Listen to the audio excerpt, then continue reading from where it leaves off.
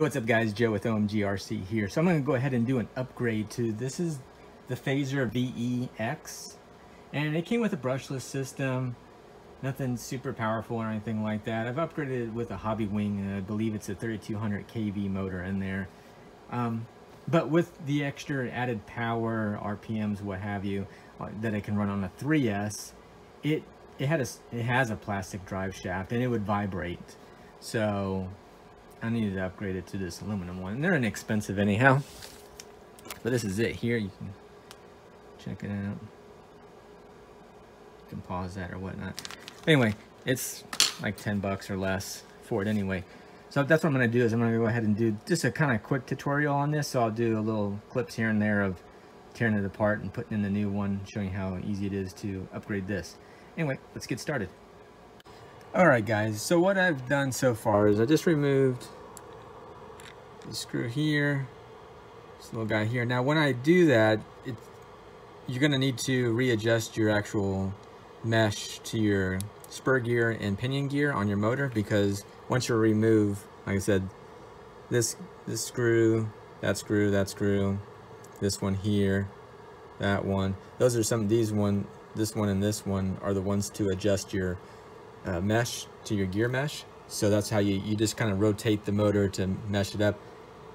You'll need to take this cover off to make sure that you have a good mesh, or you can kind of roll it back and forth and you can hear if it's either too tight or if it's too loose to try to get it right. Anyway, I'll kind of go over that, check that. Some people will do it where they just a little piece of paper, but in this case here, that's very hard to do, if not impossible to do. So I just kind of listened to it and mesh it up. But anyway, you could probably get away with doing it in the front, removing the screws here, and drop the front. And that way you can get to this drive shaft, because I gotta open it up enough so I can release this drive shaft. So I gotta pull the gear out to the shaft here. So anyway, and I'll show you that. But so let's go with that. Let's see, I think I got all the screws out anyhow. So there you go, once it's exposed. And then I've already loosened as far as the rear gear here too, the differential. So now, once that's done, so now I can get to it.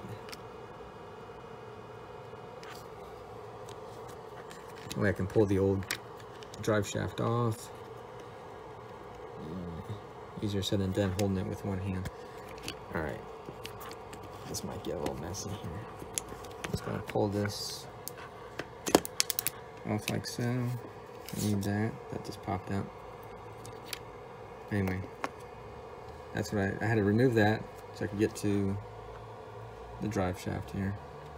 So pull that out, and then we'll install our new one that's here. So I'm gonna go ahead and get this out of the package. Put this little pin back where it needs to go, which is right on that guy, which is right there. You can see where it needs to go, the little hole.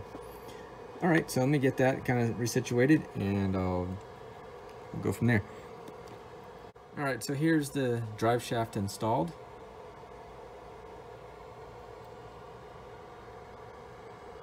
And I didn't put any grease on that rear diff anyway.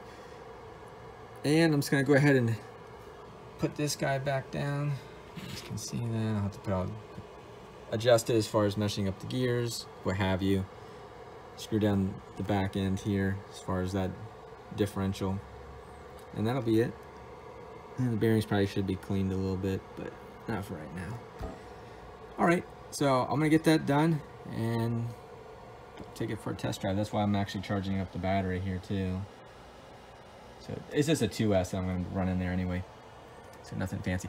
But this is a 3S capable motor, but the actual electronic speed controller, as you can see there, can do 2 or 4S. So anyhow, sorry, I got it zoomed in so it shakes more on that. All right, so let me get that back together. All right guys, have everything installed, gears are meshed back up. You can get a little piece of paper in here if you need to. I just play it by ear when it comes to lining up and meshing up the gears. But you're just on this type of situation here, this car, you want to rotate that motor to get the gears close to, or the pinion gear close to the spur gear. Other than that, screwed everything back down. You guys kind of saw that in the video too.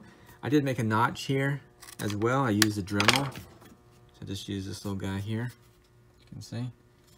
And then I just came in here and just got that little piece out. That way, at least from my battery, this Gens Ace battery here, it just fits in there properly. You can see there's no problems. Before it would, I mean, you had to force it basically in there, or it just didn't sit in there correctly. Yeah, it messed up the insulation on the battery. So anyway, that was a quick, simple thing to do. And I will have a running video of this too in the near future as to when, you know, within the week or so, I'll take it to a parking lot, and I like the slicks just in the driveway, but I want to put the regular tires. Here's the regular tires, and then take it on the pavement and run it around, because I like doing that. And yeah, I love the body on this thing anyway. So anyway, till next time, this is Joe with OMGRC. I appreciate you guys watching. Till next time, take care. Later.